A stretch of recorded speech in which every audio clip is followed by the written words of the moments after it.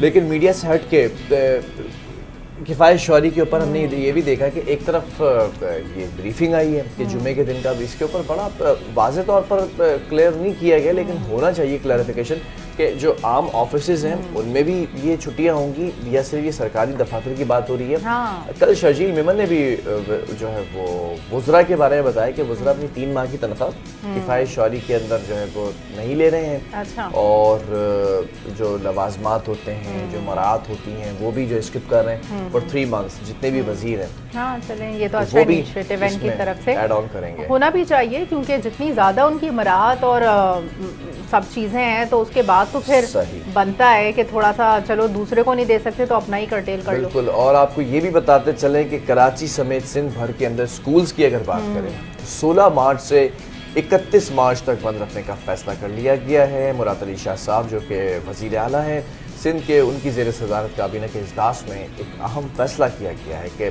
Senior صوبائی وزیر شجیع انعام میمن نے بھی پریس کانفرنس کرتے ہوئے کہا کہ اسکول بند ہونے کے باوجود امتحانات وقت پر ہوں گے، صوبے بھر میں ضروری ہے کہ آن لائن کلاسز جو ہے وہ جاری رکھی جائیں۔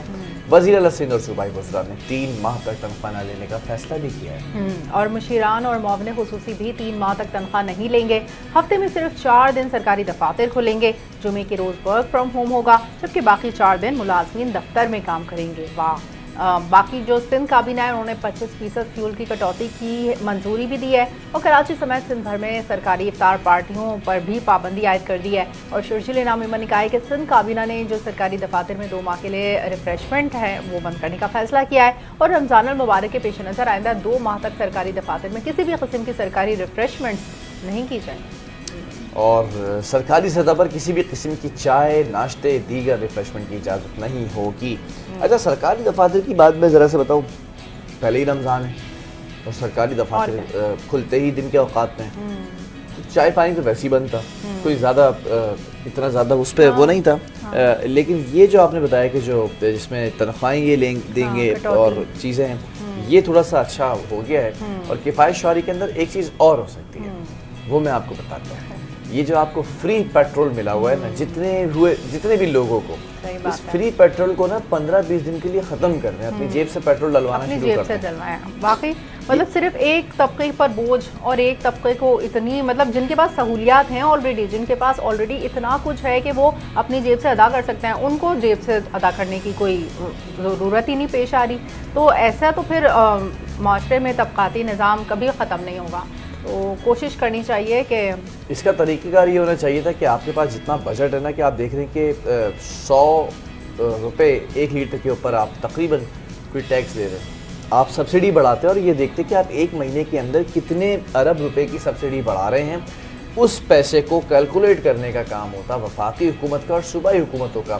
وفاقی حکومت اپنی مراد چھوڑتی، وہ دیکھتی کہ بھائی اتنے کروڑ میں نے بچا لیے ہیں، 1 مہینے کے اندر بچا لوں گا، یا پھر صوبائی حکومتیں اپنے مراد چھوڑتی، وہ بولتی ہیں میں اتنے کروڑ بچا لوں گا۔ تو ایک ٹائم فریم کے اندر آپ 1 سے 2 دن کے اندر ایک پورا ورک شیٹ بناتے، اس کے اندر آپ کے پاس ہوتا ہے کہ ہمیں اتنے پیسے ہم جو ہے وہ دے سکتے ہیں، اور اتنے پیسے اضافی جو ہے وہ آ رہے ہیں عوام پر، پھر عوام پر اتنے پیسے آ رہے ہیں تو ہم اتنے پیسے بڑھا سکتے ہیں پیٹرول کے اوپر۔ غالباً 5 روپے 10 روپے بڑھتے، اس سے زیادہ نہیں بڑھتے، لیکن آپ نے اچانک سے پیسے بڑھا کر وہی پرانے پیٹرول کے اوپر پرانی قیمتوں کا خریدا ہوا پیٹرول نئے قیمتوں میں بیچ رہے ہیں، اور پھر آپ کفایت شعری کہہ رہے ہیں، پھر کہنے افطار پارٹیاں نہیں ہوں گی اور فلانا ساری چیزیں۔ مطلب یہ تو وہی بات ہوگی کہ ٹاپنگ جو آپ ہے اس کو آپ ہٹانے کی بات کریں، جو اصل جو مواد ہے آپ اس پہ تو آپ نے وہ کر دیا نا، جو 55% آپ نے ہوا یہ کہ جو رائتا انہوں نے پھیلایا نا، اب اسے سمیٹنے کی کوشش، اب سمیٹنے میں پھر وہ آپ ادھر ادھر کی باتیں کریں، اس سے کوئی فائدہ نہیں ہوگا۔ بہرحال آگے بڑھتے ہیں اور اب کچھ بات کر لیتے ہیں آج کے امپورٹنٹ ڈے کے حوالے سے۔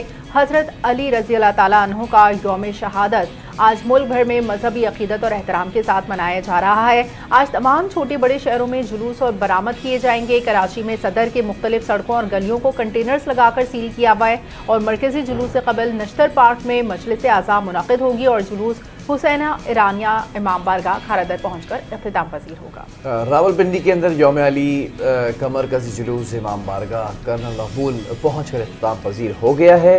پشاور کے اندر یوم علی کا جلوس امام بارگاہ سید عالم شاہ پر ختم ہو گیا ہے۔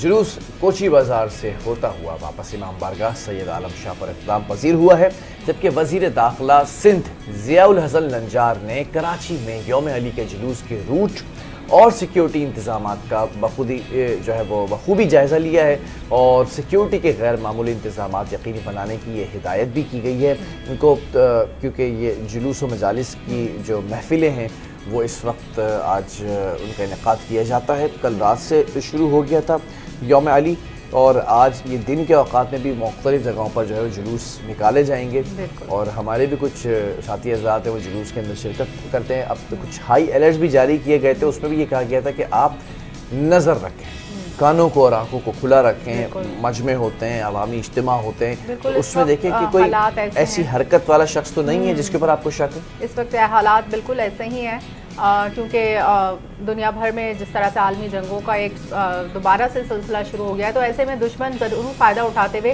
کوئی نہ کوئی تخریب کاری ضرور کرتا ہے، تو ایسے میں آپ لوگوں کو بہت احتیاط کے ساتھ اپنے ان جلوسوں کی سیکیورٹی کا انتظام رکھنا چاہیے۔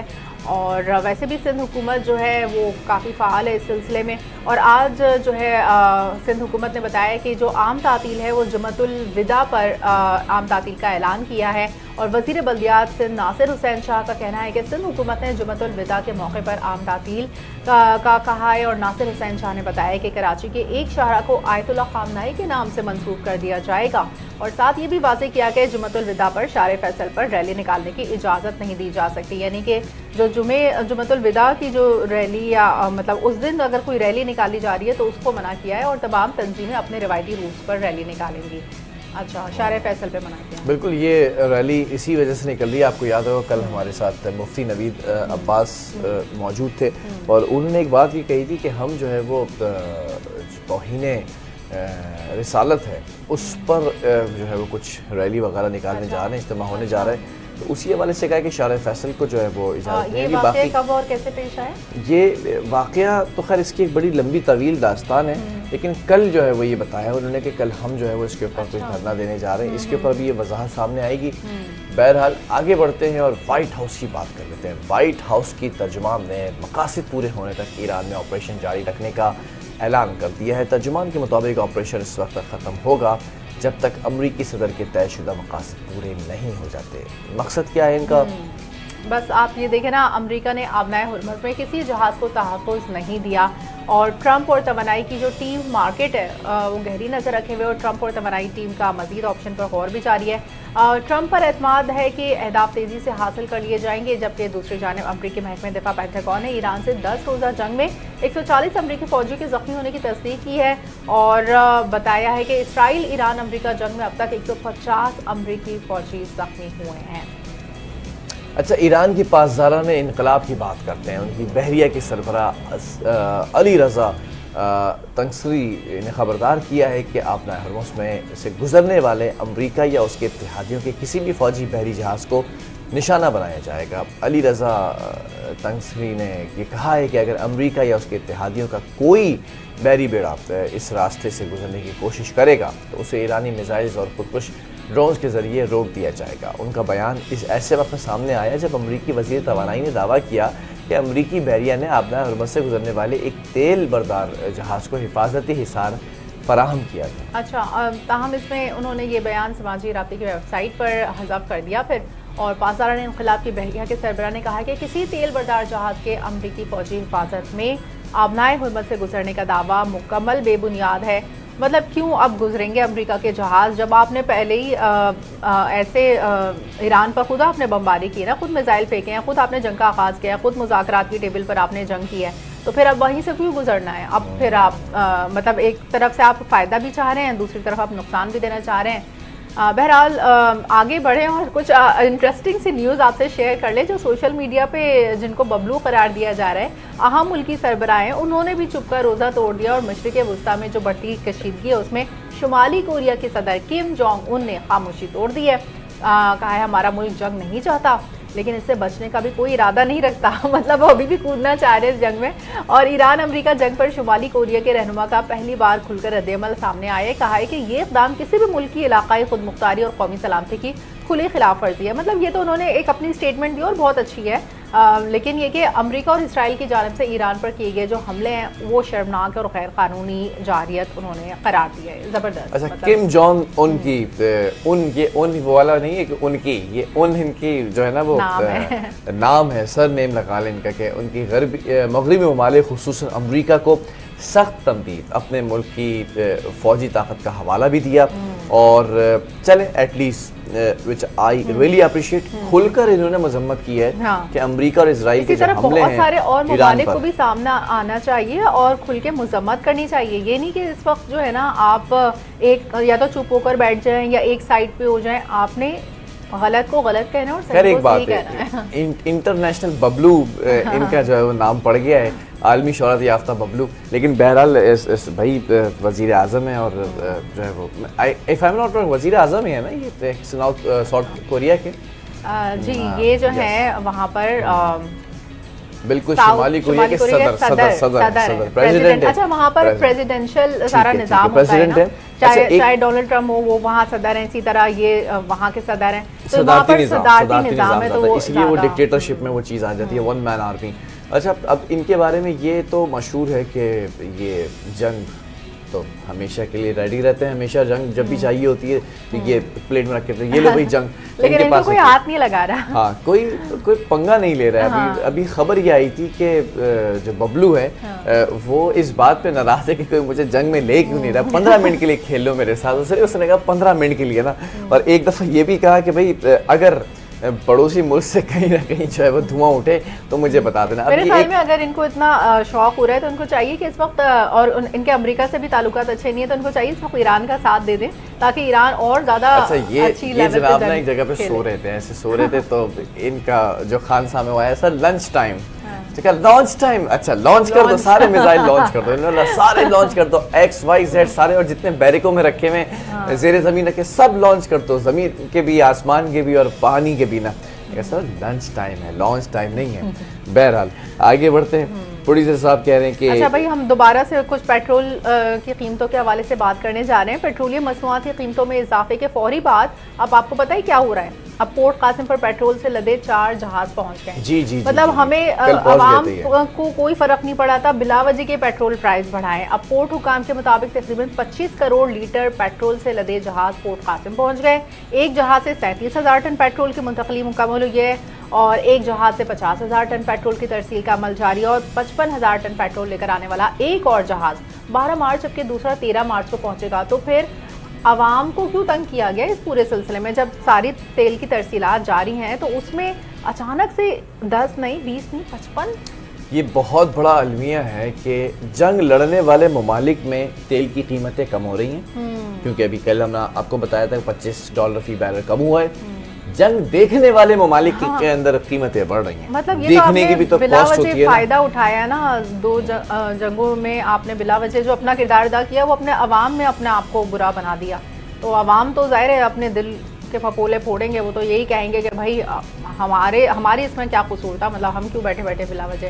آگے بڑھیں گے اور آپ کو ایسی خبر دیں گے کہ خدا کر کے کفر ٹوٹ گیا. قومی ٹیم کی مینجمنٹ کی ہدایت پر سٹار بیٹر بابر اعظم نے کچھ عرصے کے لیے کرکٹ سے وقفہ لینے کا فیصلہ کیا ہے. اب کرکٹ کے اندر وہ کچھ عرصے تک نظر نہیں آئیں گے, ہو سکتا ہے اس کے بعد وہ نظر آئیں. اچھا, اور قومی ٹیم کی مینجمنٹ نے بابر اعظم کو بھی آرام کا مشورہ دیا تھا, اس کے باعث وہ جاری نیشنل T20 کپ میں شرکت نہیں کریں گے. تو ان کو اب کہا گیا ہے, بابر اعظم نے اپنی عدم دستیابی سے متعلق لاہور وائٹس کو بھی آگاہ کر دیا جو نیشنل T20 کپ میں شریک ہے. اور بابر اعظم نے اس دوران اپنی بیٹنگ بہتر بنانے کے لیے ارادی کوشش کے ساتھ نیٹس میں ٹریننگ بھی شروع کر دی, اور وہ آنے والے پاکستان سپر لیگ کو مد نظر رکھتے ہوئے یہ تیاری کر رہے ہیں. تو چلے آپ تیاری کریں, ریسٹ کریں, جو بھی کریں, بس ہماری ٹیم جو ہے نا وہ نہیں آپ آرام کریں, آپ آرام کریں, اچھی سے نیند پوری کریں, کچھ باہر جائیں, کچھ نیٹ پریکٹس کریں, کچھ کوچز کے ساتھ جو اپنی پرانی ٹیکنیکس کے اوپر آپ کھیلا کرتے تھے کہ آپ کو وراٹ کوہلی کے ساتھ کمپیئر کیا جاتا تھا, تو آپ دوبارہ سے اس چیز کو واپس لے کر آئیں. سم ٹائمز ہوتا ہے کہ آپ نہیں کر پا رہے ہوتے ہیں, you try very hard, but آپ وہ اس چیز تک پہنچ نہیں پا رہے ہوتے. اگر آپ اپنے آپ کو دوبارہ پہلے کی طرح پرفارم کر سکتے ہیں تو پھر آئیے, ورنہ پھر ایسا کیوں ہوتا ہے کہ آپ نہیں کر پا رہے ہوتے؟ کیونکہ آپ ان پرانی ٹیکنیکس کے اوپر ورکنگ کر رہے ہوتے لیکن آپ کی باڈی اس کے اندر ایسے چینجز آ چکے ہوتے ہیں کہ وہ پرانی ٹیکنیکس پر آپ نہیں جا رہے ہوتے ہیں. آپ کا دماغ سم ٹائمز اتنا سن ہو چکا ہوتا ہے کہ آپ پرانے والے جو ہے نا وہ اپنے کیریکٹر کے اندر نہیں اترتے ہیں. تو اس کے لیے ہوتا یہ سب سے بہترین عمل یہ ہے کہ آپ تھوڑا بریک لیں چیزوں سے, آپ تھوڑا سا گیپ کریں چیزوں سے, پھر اس کے بعد آپ ان چیزوں پہ فوکس کریں کہ جو آپ کیا کرتے تھے. آپ ان لوگوں کے ساتھ بیٹھیں جو آپ کو بتائیں گے کہ بابر تم ایسے جو ہے وہ کور ڈرائیو کھیلا کرتے تھے, تم ایسے جو ہے وہ لانگ شاٹ کھیلا کرتے تھے, تم ایسے جو ہے وہ یارکرس کو فیس کیا کرتے تھے, ایسے فیلڈنگس کرتے تھے, ایسے بھاگتے تھے. تمہارا روٹین یہ ہوا کرتا تھا, رات کو جلدی سوتے تھے, تم صبح جلدی اٹھتے تھے, تم ایکسرسائز کرتے تھے, سوئمنگ کرتے تھے, ہارس رائڈنگ کرتے تھے. ان لوگوں سے آپ پوچھیں کہ میں کیا کیا کرتا تھا, پھر آپ دوبارہ سے ایک بابر اعظم بن کر جب نکل جائیں تو آپ آ جائیں ٹیم میں. ویلکم ہے, مور دین ویلکم. جتنا بھی ایسے اسپورٹس اور گیمس ہوتے ہیں نا جس میں بھی فزیکل فٹنس ریکوائرڈ ہوتی ہے اور فزیکلی آپ پرفارم کر رہے ہوتے ہیں, اس کے لیے آپ کے لیے بہت زیادہ موٹیویشن کا ہونا بڑا ضروری ہے. ادروائز تو آپ جم تک کے نہ جائیں اگر آپ موٹیویٹیڈ نہیں ہیں. تو میرے خیال میں مطلب being national cricketer you should be motivated enough, اور اتنا اچھا پرفارم آپ کر سکتے ہیں تو پھر آپ ضرور. اور مجھے موٹیویشن کے لیے اس پورے مارننگ شو کے اندر ایک ہی سیگمنٹ موٹیویٹ کرتا ہے, وہ ہے موسم کی خبریں.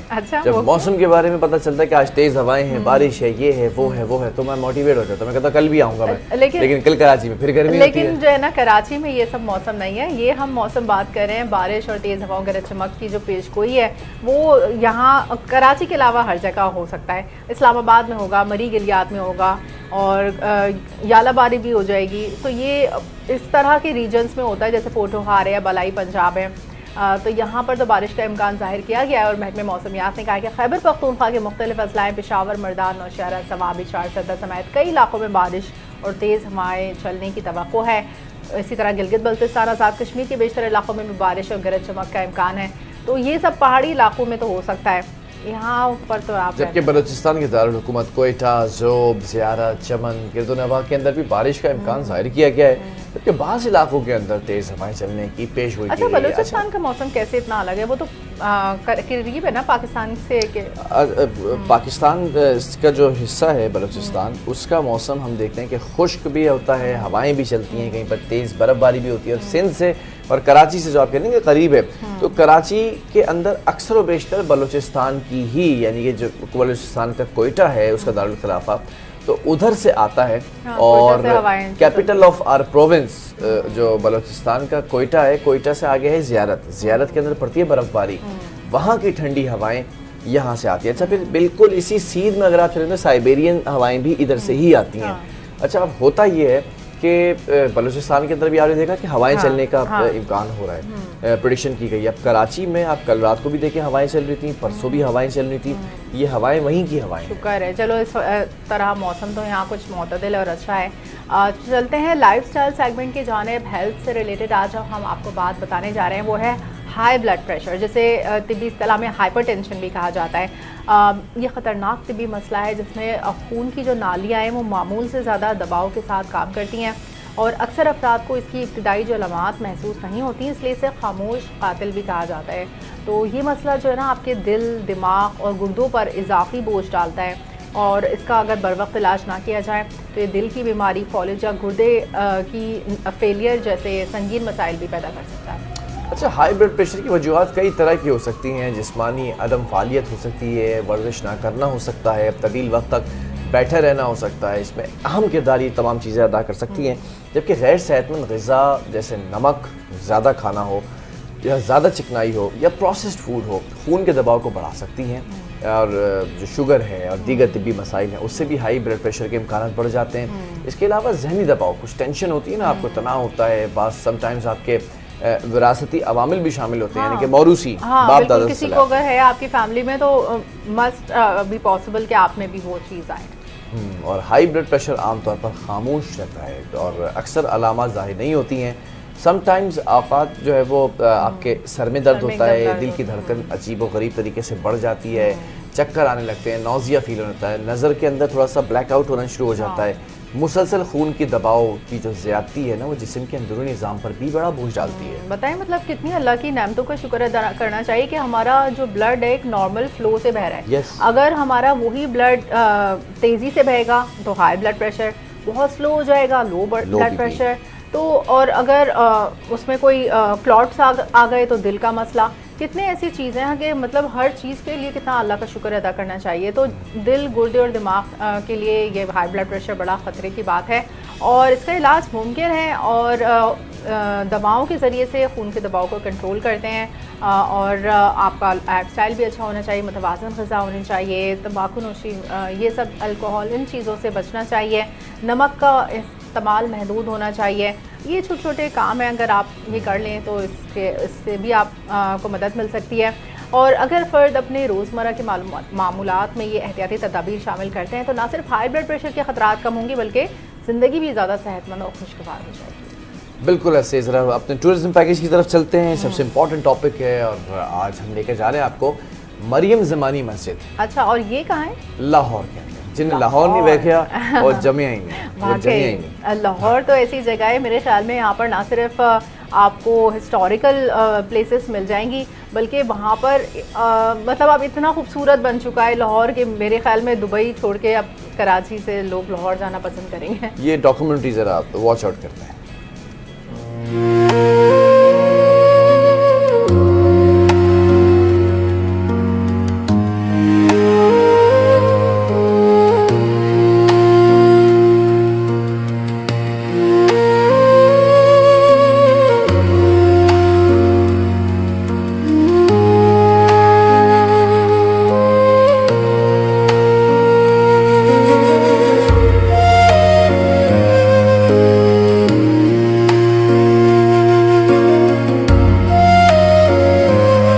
لاہور صدیوں سے تہذیب، ثقافت اور شاندار تعمیرات کا شہر رہا ہے. اس شہر کی گلیوں اور تاریخی عمارتوں میں مغل دور کی عظمت آج بھی محسوس کی جا سکتی ہے. انہی یادگاروں میں ایک نمایاں نام مریم زمانی مسجد کا ہے جو لاہور کی قدیم اور اہم مساجد میں شمار ہوتی ہے. یہ مسجد 1614 میں تعمیر ہوئی. اسے مغل بادشاہ اکبر اعظم کی اہلیہ ملکہ مریم زمانی کے نام سے منسوب کیا جاتا ہے. تاریخی طور پر مانا جاتا ہے کہ اس کی تعمیر شہزادہ پرویز کے دور میں مکمل ہوئی جب وہ لاہور کے گورنر تھے. یہ مسجد لاہور قلعے کے سامنے اکبری دروازے کے قریب واقع ہے. اس کا محل وقوع اس بات کی نشاندہی کرتا ہے کہ یہ مسجد شاہی خاندان اور درباری شخصیات کے لیے خاص اہمیت رکھتی ہے. قلعے کے عین سامنے موجودگی اس کے شاہی ربط اور وقار کو ظاہر کرتی ہے. مسجد کا ڈیزائن سادہ مگر نہایت خوبصورت ہے. اس کا کشادہ صحن اور سامنے بنی 5 محرابیں اس کی نمایاں خصوصیات ہیں. یہی طرز تعمیر بعد میں بننے والی کئی مغل مساجد میں بھی دکھائی دیتا ہے.